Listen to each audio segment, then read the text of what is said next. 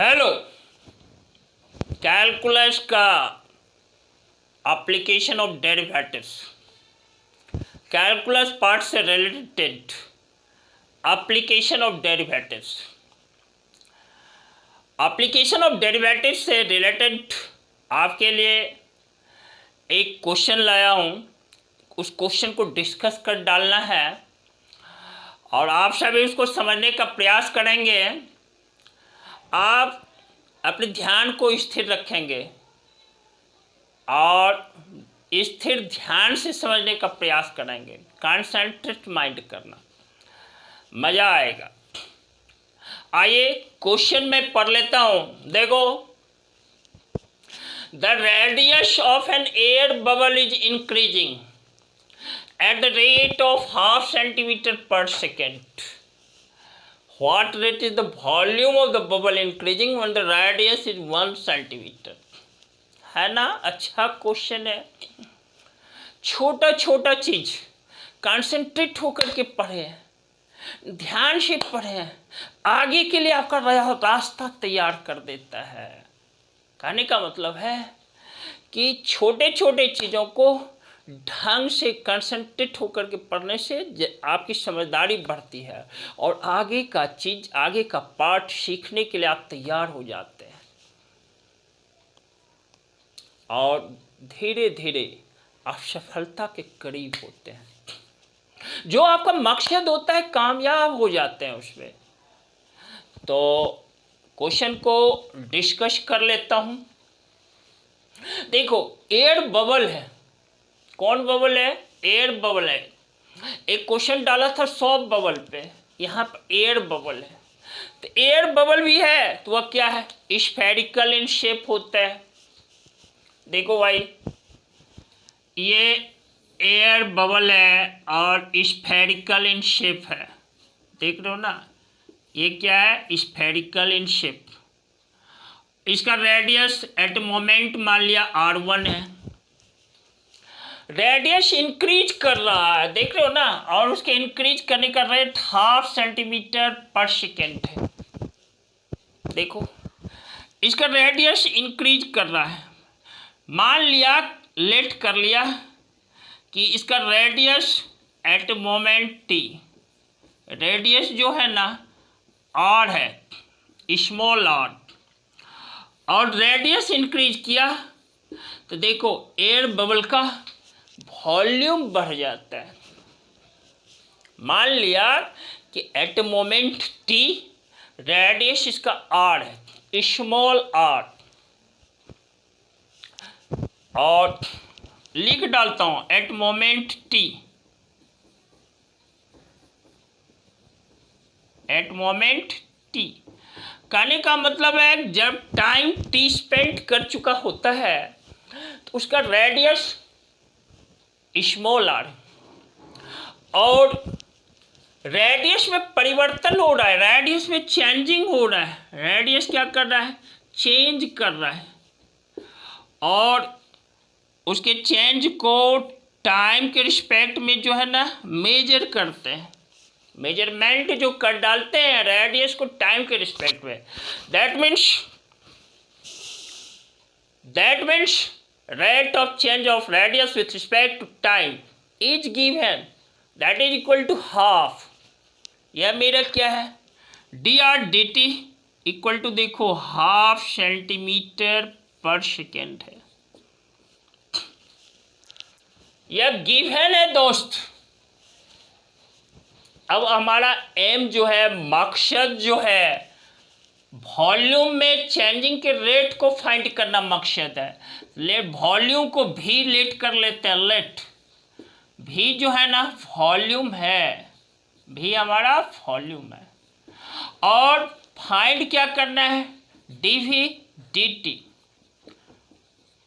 Question मकसद निकालना क्या है? dv dt, rate of change of volume with respect to time.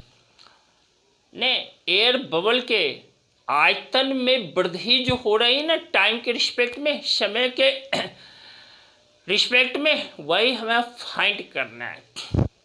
देखो नो, देयरफॉर देखो, अब मैं लिख देता हूँ वॉल्यूम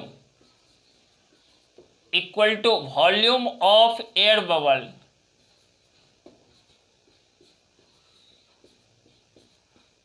देख लो, equal to 4/3 into pi r cube, 4/3 pi r cube.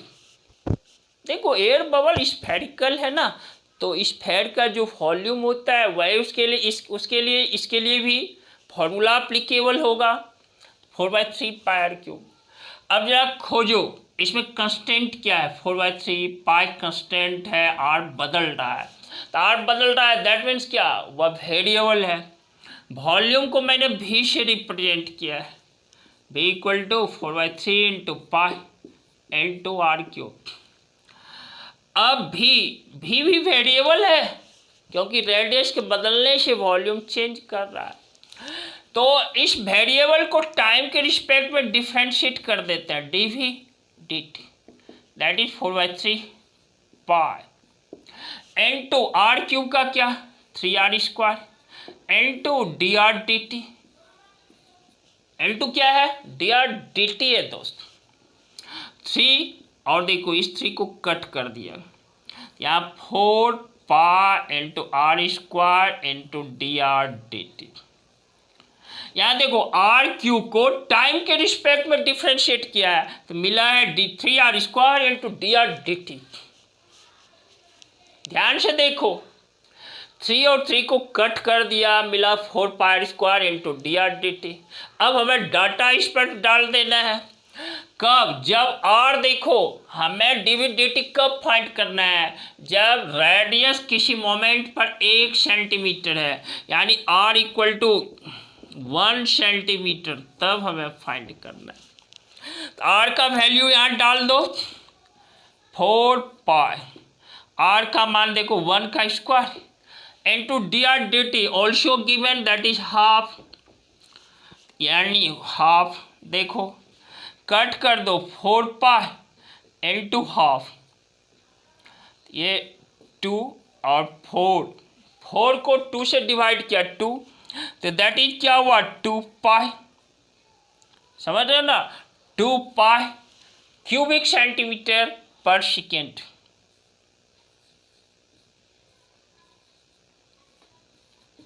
To pi cubic centimetre per second, देख रहे हो ना, वॉल्यूम के बढ़ने का rate cubic centimetre per second, time के रिस्पेक्ट में है ना। तो यहाँ पर आपने देखा कि डी वी डी टी क्या है, यहाँ लिख देता हूँ डी वी डी टी, ठीक है। तो यही मेरा रिजल्ट फाइंड हुआ 2 pi cubic centimetre per second.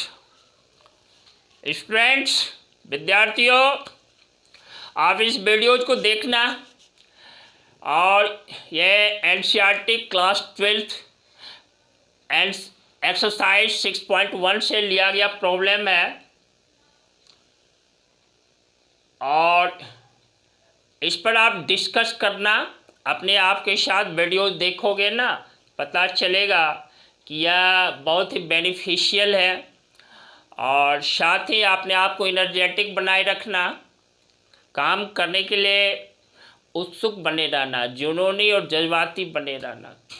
इसी के साथ मैं फिर आऊँगा, कमिट कर डालता हूँ, कुछ नया कंसेप्ट लेकर ही आऊँगा जो आपके लिए फ़ायदेमंद होगा, हमारे बच्चे, हमारे स्टूडेंट्स फ़ायदा उठा सके।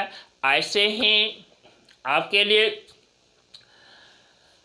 100 क्वेश्चंस होंगे, और हाँ, वीडियोज़ को लाइक और शेयर करना नहीं छोड़ना। साथ ही क्या करोगे, नए बच्चे सब्सक्राइब कर डालोगे, बेल आइकन दबाना होता है ताकि वीडियोज़ की सूचना मिल सके। इसी के साथ lots of thanks to you, very good, बहुत अच्छा है।